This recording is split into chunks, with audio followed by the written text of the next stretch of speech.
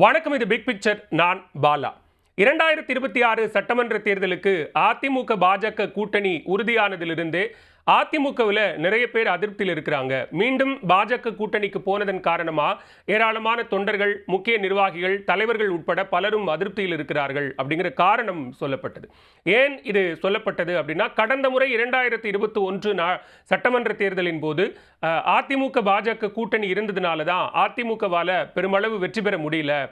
பாஜக இருந்ததன் காரணமாக சிறுபான்மை வாக்குகள் என்பது அதிமுகவுக்கு கிடைக்காமல் போய்விட்டது அப்படிங்கிற அந்த காரணங்கள் வெளிப்படையாக பேசப்பட்ட நிலையில நாடாளுமன்ற தேர்தலுக்கு முன்பாக அந்த கூட்டணி என்பது முறிந்தது. அதற்கு காரணம் நிறைய சொல்லப்பட்டது. அப்போதைய தமிழ்நாடு பாஜக தலைவர் அண்ணாமலை, அதிமுகவினுடைய முன்னாள் தலைவர்கள், முன்னாள் முதலமைச்சர் உட்பட தற்போதைய பொதுச் செயலாளர் எடப்பாடி பழனிசாமி பலர் மீதும் கடுமையான விமர்சனங்களை முன்வைத்திருந்தது ஒரு காரணமாக சொல்லப்பட்ட நிலையில தமிழ்நாடு பாஜகவினுடைய தலைவராக இருந்த அண்ணாமலை மாற்றப்பட்டு புதிதாக நயினா நாகேந்திரன் தலைவராக பொறுப்பேற்ற பிறகாக அதிமுக பாஜக கூட்டணி மீண்டும் உறுதி செய்யப்பட்டது. சட்டமன்ற தேர்தலில் என்டிஏ கூட்டணி தமிழ்நாட்டில் அதிமுக தலைமை மிகப்பெரிய அளவில் ஒரு தேர்தல் கூட்டணியாக உருவாகும் அப்படின்னு சொல்லப்படுற நேரத்தில் தான் இந்த அதிருப்தி காரணமாக நிறைய தலைவர்கள் அதிமுகவில் இருந்து வெளியேறுவார்கள் அப்படின்னு சொல்லப்பட்டது. அதில் மிக முக்கியமான ஒருவராக பார்க்கப்பட்டவர் முன்னாள் நாடாளுமன்ற உறுப்பினர் அன்வர் ராஜா அவர்கள். அவர் ஏற்கனவே கட்சியிலிருந்து பாஜகவுக்கு எதிர்ப்பு தெரிவித்தார் அப்படிங்கிற காரணம் உட்பட பல்வேறு காரணங்களால் அதிமுகவிலிருந்து நீக்கப்பட்டு மீண்டும் அதிமுகவில் சேர்த்து கொள்ளப்பட்ட ஒருவராக அன்வர் ராஜா இருந்தார். அதிமுக பாஜக கூட்டணி மீண்டும் உருவானதற்கு பிறகாக அவர் அதிருப்தியில் இருக்கிறார் அப்படின்னு சொல்லப்பட்ட நிலையில தான் அன்வர் ராஜா சில நாட்களுக்கு முன்னாடி அதிகாரப்பூர்வமாக தன்னை திமுகவில் இணைத்துக் கொண்டார்.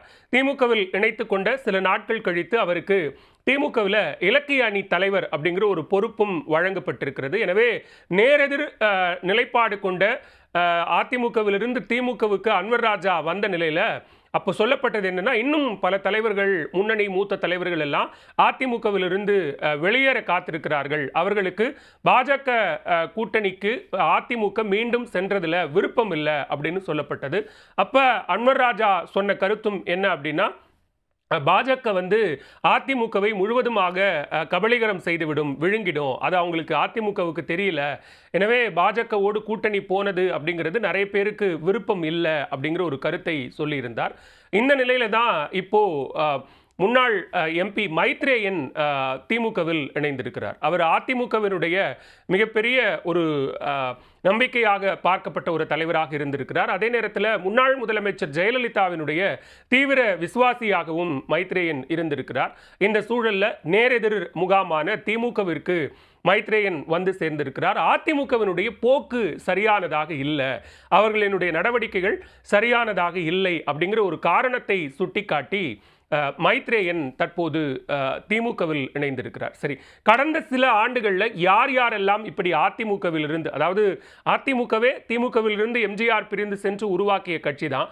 அப்படி இருக்கும்போது ஒரு சொந்த வீடு, அதாவது தாய்க்கழகம் மாதிரியாக மீண்டும் திமுகவிற்கு அதிமுகவில் இருந்து வந்தவர்கள் கடந்த சில நாட்களில் அவர்களுக்கு எந்த அளவுக்கு மீண்டும் திமுகவில் முக்கியத்துவம் அளிக்கப்பட்டிருக்கு அப்படின்னு ஒரு பட்டியலை நம்ம பார்த்தோம் அப்படின்னா, அந்த பட்டியலில் RS ராஜகண்ணப்பன் இருக்கிறார். அதே போன்று KKSSR ராமச்சந்திரன் இருக்கிறார். அதே போன்று வேலு, அதே போன்று முத்துசாமி, ரகுபதி, செந்தில் பாலாஜி, சேகர் பாபு, தங்க தமிழ்ச்செல்வன், விளாத்திக்குளம் மணிகண்டன், இப்போ கோவை நாடாளுமன்ற உறுப்பினராக இருக்கக்கூடிய முன்னாள் கோவையினுடைய மேயர் கணபதி ராஜ்குமார், அதே போன்று அன்வர் ராஜா தற்போதைய இப்போ திமுகவில் இணைந்திருக்கிறார். அதே போன்று மைத்ரேயன். ஸோ ராஜகண்ணப்பன், KKSR ராமச்சந்திரன், வேலு, முத்துசாமி, ரகுபதி, செந்தில் பாலாஜி ஏற்கனவே அமைச்சரவையில் இடம்பெற்றிருந்து பல்வேறு காரணங்களால் அமைச்சரவையிலிருந்து நீக்கப்பட்டவர். சேகர் பாபு தற்போது இந்து சமய அறநிலையத்துறை அமைச்சராக இருக்கக்கூடியவர். தங்க தமிழ்ச்செல்வன் நாடாளுமன்ற உறுப்பினராக இருக்கக்கூடியவர். அதே போன்று கணபதி ராஜ்குமாரும் நாடாளுமன்ற உறுப்பினராக இருக்கக்கூடியவர். மற்ற எல்லாரும் முத்துசாமி, வேலு போன்றவர்கள்லாம் அமைச்சரவையில் இடம்பெற்றிருக்கக்கூடியவர்கள். இவர்கள் பல்வேறு காரணங்களால் அதிமுகவிலிருந்து பல்வேறு காலகட்டங்களில் திமுகவில் இணைந்த முக்கிய தலைவர்களாக பார்க்கப்படுகிறார்கள். இவர்கள் 2021 சட்டமன்ற தேர்தலில் போட்டியிட்டு வெற்றி பெற்றதன் அடிப்படையில் அமைச்சரவை உருவாக்கப்படும் போதே அந்த ஒரு எதிர்பார்ப்பு என்பது இருந்தது. யார் யாருக்கெல்லாம் முக்கியத்துவம் அளிக்கப்படும், முக்கிய துறைகள் யார் யாருக்கெல்லாம் ஒதுக்கப்படும் அப்படிங்கிற அந்த எதிர்பார்ப்பு இருந்த நிலையில் இவர்களுக்கும் அந்த முக்கியத்துவம் என்பது அளிக்கப்பட்டு அமைச்சரவையில் இடம் என்பது வழங்கப்பட்டிருக்கிறது. எனவே தற்போது அதிமுக பாஜக கூட்டணி என்கிற அந்த அதிருப்தி காரணமாக மேலும் சிலர் இப்போ திமுகவில் இணையக்கூடும் அப்படின்னு சொல்லப்படக்கூடிய நேரத்தில் அவர்களுக்குமான அந்த பொறுப்பு அல்லது பதவி என்பது என்னவாக வழங்கப்படும் அப்படிங்கிற சில கேள்விகளும் எழுகிறது. அதே நேரத்தில் இப்போ அன்வர் ராஜா ஏற்கனவே நாடாளுமன்றத்தில் மத்திய அரசு பாஜக அரசு கொண்டு வந்த முத்தலாக் உள்ளிட்ட பல்வேறு விவகாரங்களில் தன்னுடைய எதிர்ப்பு குரலை ஆழமாக பதிவு செய்தவர். மைத்ரேயன் ஏற்கனவே அவர் ஒரு RSS பின்புலம் கொண்ட ஒரு தலைவராக இருக்கிறார். அவர் பாஜகவில் இருந்திருக்கிறார்.